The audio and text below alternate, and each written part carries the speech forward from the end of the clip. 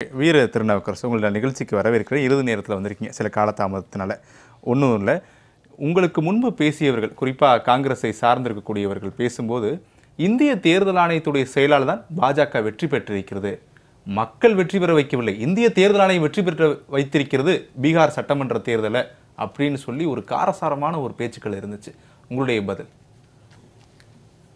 தேர்தல் ஆணையம் தானே எலெக்ஷன் நடத்துது. எலெக்ஷன் நடத்தலன்னா வெற்றி தோல்வி வந்திருக்காதுல்ல. ஆனா ஒரு வகையில தேர்தல் ஆணையம் தான் சொல்லிக்கலாம். தேர்தல் ஆணையம் மட்டுமா ஓட்டு போடுது? ஒரு விஷயம் நல்லா புரிஞ்சுக்கணும் காங்கிரஸ் கட்சிக்காரங்க, அவங்க ஆதரவாளர்கள். இது வரைக்கும் பார்த்தோம்னா எந்தெந்த எலெக்ஷன்லாம் தோக்குறாங்களோ, இப்ப ராகுல் காந்தி 95 எலெக்ஷன்ல தோத்துருக்கிறார். விரைவில் வந்துட்டு அவர் செஞ்சுரி போட போறாரு. அவர் வந்துட்டு எலெக்ஷன் முடிஞ்ச உடனே தோத்து போயிட்டு என்ன சொல்றாரு, இந்த எலக்ட்ரானிக் ஓட்டிங் மிஷின் பிரச்சனை இருக்கு, மேனிபுலேட் பண்ணி ஜெயிச்சிட்டாங்க அப்படிலாம் வந்துட்டு பொய் சொல்லுவார்.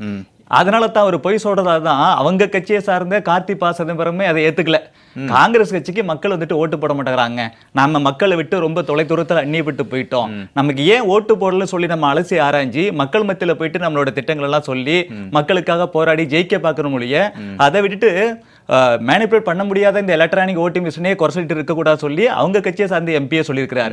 இது வரைக்கும் இந்த எலக்ட்ரானிக் ஓட்டிங் மிஷினை குறை சொன்ன காங்கிரஸ் கட்சி, ராகுல் காந்தி உள்ளிட்ட தலைவர்கள் இப்போ இந்த எஸ்ஐஆர்ங்கிற ஒரு எக்ஸசைஸ் வந்திருக்குதா, அதை குறை சொல்ல ஆரம்பிச்சிட்டாங்க.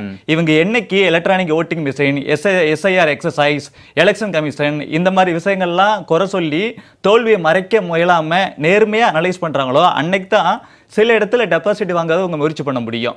மக்கள் தொடர்ந்து 5 முறை வந்துட்டு ஒரு கட்சியை ஒரு கூட்டணி ஆட்சிக்கு கொண்டு வராங்கன்னா சாதாரணமா செய்ய மாட்டாங்க. காரணம் என்னன்னா, 2000 வந்துட்டு பிஜேபி அங்க ஜேடியு கூட்டணி, தேசிய ஜனநாயக கூட்டணி ஆட்சி வரதுக்கு முன்னாடி ஒரு 15 வருஷம் வந்துட்டு லாலு பிரசாத் அவங்களோட கட்சி ஆர்ஜேடி வந்துட்டு ஆட்சியில் இருந்தாங்க. அதுக்கு முன்னாடி காங்கிரஸ் இருந்துச்சு. 50-55 ஆண்டுகள் பார்த்தோம்னா அங்க வந்துட்டு ஜங்கல் ராஜ் நடந்துச்சு, குண்டாஸ் ராஜ் நடந்துச்சு, அங்க சட்ட ஒழுங்கு அவ்வளவு பிரச்சனையா இருந்துச்சு, துப்பாக்கி கல்ச்சர் இருந்துச்சு. இன்னைக்கு அப்படியா இருக்கு? அப்படி கிடையாது. மக்களுக்கு அடிப்படை வசதிகளை கூட அவங்க செய்யாம இருந்தாங்க. கடந்த இப்ப இந்த 4 முறையா பார்த்தோம்னா 20 ஆண்டுகளா மிகச்சிறப்பான ஆட்சி நடந்துகிட்டு இருக்குது. வளர்ச்சி வந்துட்டு மக்களால பார்க்க முடியுது. குறிப்பா இந்த 40 வயதுக்கு மேற்பட்ட ஓட்டர்ஸ்ல பார்த்தோம்னா 60% மேற்பட்டவர்கள் பாரதிய ஜனதா கட்சி, ஜேடியு, இந்த தேசிய ஜனநாயக கூட்டணிக்கு ஓட்டு போட்டுருக்காங்க. ஏன் அப்படின்னா, அவங்க எல்லாம் காங்கிரஸ் ஆட்சி எப்படின்னு பார்த்தவங்க லாலு பிரசாத் யாதவோட ஆர்ஜேடியோட ஆட்சி எப்படின்னு பார்த்தாங்க.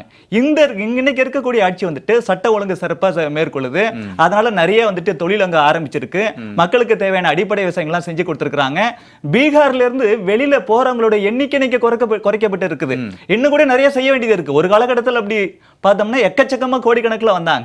இன்னைக்கு அது குறைஞ்சிருக்குது. மக்கள் வளர்ச்சியை பார்க்கறாங்க, நல்லாட்சியை பார்க்கறாங்க, பிரைம் மினிஸ்டர் நரேந்திர மோடி கொடுக்கக்கூடிய கேரண்டியை பார்க்கறாங்க. அந்த அடிப்படையில் தான் தொடர்ந்து மக்கள் வந்துட்டு போட்டுட்டே இருக்காங்க. நல்லா புரிஞ்சுக்கணுங்க. இன்னைக்கு ஒரு ஸ்டேட்ல தொடர்ந்து 2 முறை ஜெயிக்கிறதே கஷ்டம். கருணாநிதி அவர்கள் வந்துட்டு அரசியல் சாணக்கியர்னு சொல்லுவாங்க.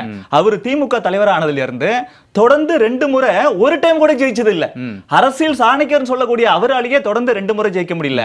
ஒரு ஸ்டேட்லயே தொடர்ந்து 2 முறை ஜெயிக்க முடியல.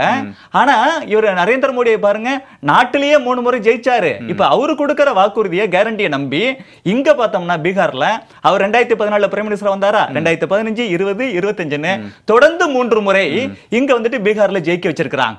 மக்கள் நல்ல தலைவர்கள் சொல்றதான் கேட்பாங்க. யாரு பெர்ஃபார்ம் பண்றாங்களோ அந்த கட்சி, அந்த கூட்டணி தான் விரும்புவாங்க. அந்த அடிப்படையில் பாரதிய ஜனதா கட்சி அங்கம் வைக்கக்கூடிய தேசிய ஜனநாயக கூட்டணிக்கு மிகப்பெரிய ஆதரவு கொடுத்திருக்கிறாங்க. யோசிச்சு பாருங்க சார், 5வது முறை ஆட்சிக்கு வரும் பொழுது இவ்வளவு எண்ணிக்கையில பெரும் வெற்றி எவ்வளவு பெரிய விஷயம். காங்கிரஸ் பாருங்க, இன்னைக்கு 2 சீட்டோ 3 சீட்டோ 6 சீட்டு அதிர்ச்சியா இருக்கு. அவங்களுக்கே அதிர்ச்சியா இருக்கும். அதுல பாருங்க, இங்க இருந்து தமிழகத்திலிருந்து மு.க. ஸ்டாலின் அவர்கள் எல்லாம் கூட்டு போயிட்டு அங்க போய் பேச வச்சாங்க. இதுல மு.க. ஸ்டாலினுக்கும் ராகுல் காந்திக்கு மிகப்பெரிய போட்டியே வந்திருக்குது.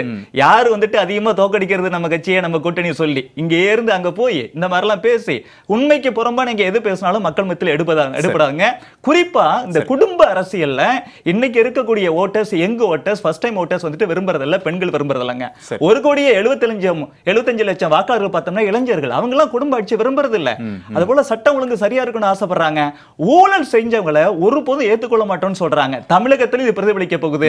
இங்க கிராண்ட் அலையன்ஸ் மெகா கூட்டணி சொன்னாங்களே, பிஜேபியோட சொல்லி முடிச்சாருங்க. பிஜேபி கூட்டணியை விட இங்க காங்கிரஸ், ஆர்ஜேடி, லாலு பிரசாத் யாதவ் கூட்டணி இருக்குல்ல, மிகப்பெரிய கூட்டணி. ஆனா அந்த கூட்டணி இன்னைக்கு மண்ணு கவிடுச்சு. அதே போல தமிழகத்திலும் பாருங்க, இன்னைக்கு கூட்டணி பலத்தை நம்பி இருக்குது திமுக. இவங்க எத்தனை கட்சியை கூட்டணியில சேர்த்துக்கிட்டாலும் கண்டிப்பா தமிழகத்துல பீகார்ல நடந்த மாதிரியே இந்த காங்கிரஸ் கூட்டணி தமிழகத்திலையும் மிகப்பெரிய மிகப்பெரிய தோல்வி அடைய போகுது.